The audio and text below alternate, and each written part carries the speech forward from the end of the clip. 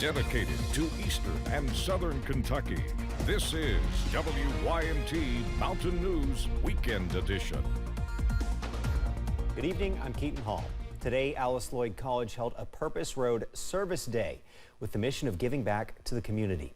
WYMT's Chandler Wilcox details how the college is stepping up in an area that's already a part of their identity. Lloyd College did not escape flood damage on July 28th. The campus and many of its students are victims of the destruction. The tragedy shifted ideas for how they would approach the school year. We decided because of the flood this year, we would take money that was in the budget, normally for the festivities, and have a day of service. They called it Purpose Road Service Day, a period where students and staff would all participate in giving back to the community. That is nothing unusual at Lloyd, but rather a part of their DNA. People are always coming in just from the surrounding county, always willing to give. We're a very giving community and people. They prepared meals for flood victims along with gift baskets for survivors in temporary trailers. It is all a joint effort showing unity after tragedy. Sometimes you see the best of people during the toughest of times, and certainly when the flood hit us on July 28th and hit this whole region and hit our county so hard, I saw so many people just step up and work so hard. Some students lost their homes in the flood and are still finding ways to help others recover while healing themselves. I think today it's a reminder that there's still a lot of people hurting.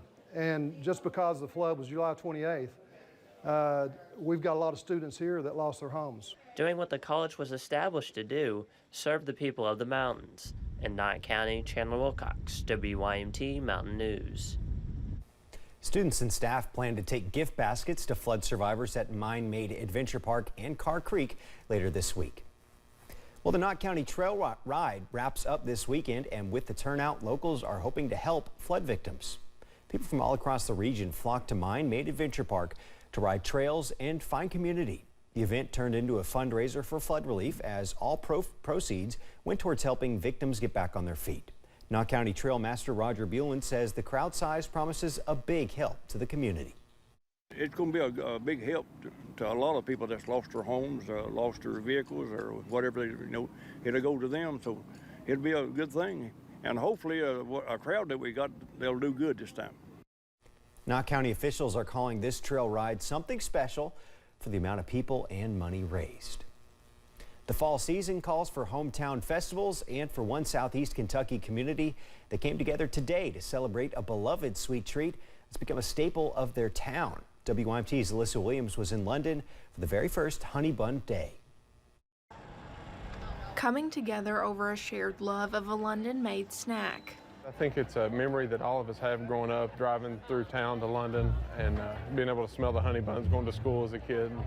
1.3 billion honey buns are made each year at Flowers Bakery in London. And to make things even sweeter, those with London Downtown and London Tourism wanted to host a Honey Bun Day to celebrate the dessert. We just decided today was a great day to celebrate the flavors of fall at our annual cider night event and marry that with the honey bun because those flavors really go great together. This event was not only an opportunity to celebrate the honey bun, but to celebrate a community that helps make events like this a success. We try to really do unique, fun things for our community just to highlight what a wonderful town London is and what a great spirit of community that we have. Those with London Downtown say they have big plans with the future of Honey Bun Day. We're going to work with the mayor and city council to do a proclamation that the first full week of October, that Saturday, will always be Honey Bun Day. And we will always have this event. We will always celebrate what the honey bun has done for this community. Celebrating the first of hopefully many Honey Bun Days. In London, Alyssa Williams, WYMT Mountain News. Event organizers handed out hundreds of free honey buns to event attendees. Alyssa brought us back some. Cameron and I got to taste them, and they are very good.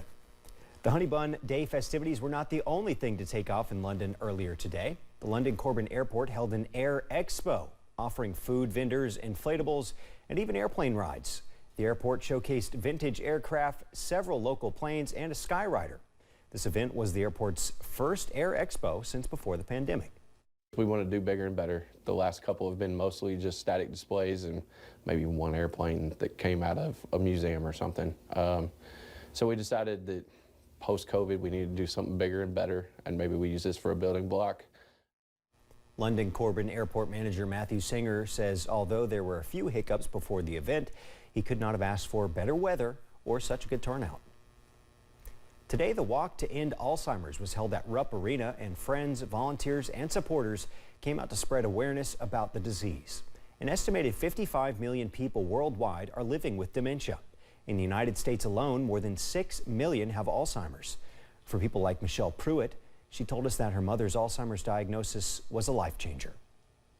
It's a life changer. I mean, my mom was my best friend, and to see her not be able to recognize me breaks my heart. So this cause is wonderful. I'm glad so many people came out early to support us, and it's just a blessing. This year, over 800 people attended, raising over $160,000 for the cause. Today, Lexington Rescue Mission hosted their first ever Fall Up Festival. This festival is meant to connect community members with a number of mental health and addiction recovery resources. The month of October marks 7 years of being clean for Shannon Smith. Smith now works as a recovery coach, helping others get clean. Society looks at us in a whole different way. Like, you have a stigma of being an addict, and they think we're bad people, but we're not bad people. We just made bad choices, and a lot of us drugs have taken over, and having a place to live is not important. Drugs is what's important. Lexington Rescue Mission works to help those whose lives have been broken by trauma, addiction, and incarceration. Stick with us. We'll be right back after this break.